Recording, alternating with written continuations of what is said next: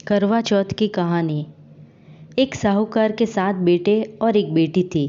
सातों भाइयों को बहन प्यारी लगती थी। आपस में बहुत स्नेह रखते थे। बहन ससुराल गई तो कार्तिक लगते ही चौथ आई। तब बहन पियर आई। बहन ने करवा चौथ का व्रत किया। सभी भाई बहन के बिना भोजन नहीं करते थे। उस दिन बहन के व्रत था। सभी भाइयों ने कहा कि बहन खाना खा ले। बहन बोली कि आज मेरे व्रत है, चंद्रमा को अर्घ्य देकर ही भोजन करूंगी। भाई ने सोचा कि बहन पूरे दिन भूखी कैसे रहेगी। तब भाइयों ने डूंगर ऊपर जाकर घास जलाई और भाई आग के आगे चालनी ढक दी। भाई बोले कि बहन आकर चांद देख ले और अर्घ्य दे दे। बहन अपनी भाभियों को आवाज़ दी। भाभियाँ बोली कि बैसा यह तो चांद आपके लिए उगा है, हमारा चांद तो रात को उगेगा। बहन तो चांद को अर्घ्य देकर भाइयों के साथ भोजन करने लग गई। पहला गासिया मुंह में लेते ही बाल आया, दूसरे में सिवाल आया, तीसरे में तो बहन के ससुराल से बुलावा आया कि बेटी को जल्दी भेजो। माँ पहनने के लिए कपड़े निकाले तो काले सफ़ेद कपड़े हाथ में आते हैं।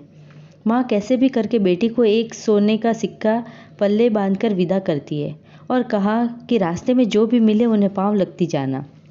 जो भी तुम्हें अमर सुहाग का आशीर्वाद देवे उन्हें पाँव लगकर सोने का सिक्का दे देना। वह तो रास्ते में सभी को पाँव लगती गई और सभी ने उसको आशीर्वाद दिया, लेकिन किसी ने भी आशीर्वाद में ऐसा नहीं कहा कि तेरा सुहाग अमर रहेगा। ऐसा करते करते वह ससुराल पहुंची तो पालने में जेठूती सो रही थी। तब वह उसे भी पाँव लगती है तो वह जल्दी से चाची को सुहाग अमर होने का आशीर्वाद दे दिया।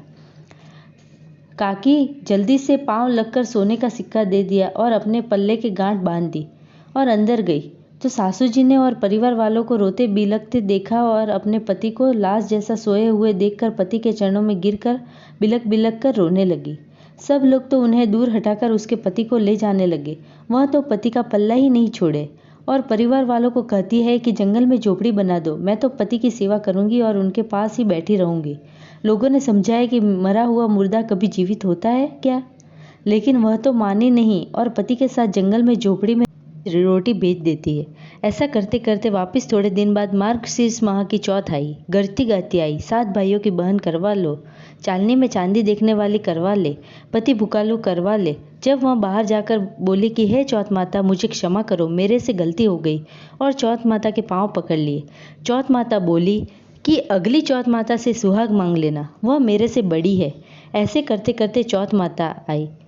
उन्हें भी सभी की तरह पाँव पकड़े। जब चौथ माता ने कहा कि कार्तिक मास की चौथ माता तुझसे बहुत ही नाराज है, उनके पाँव तुम छोड़ना नहीं, वहीं तुम्हें सुहाग देगी।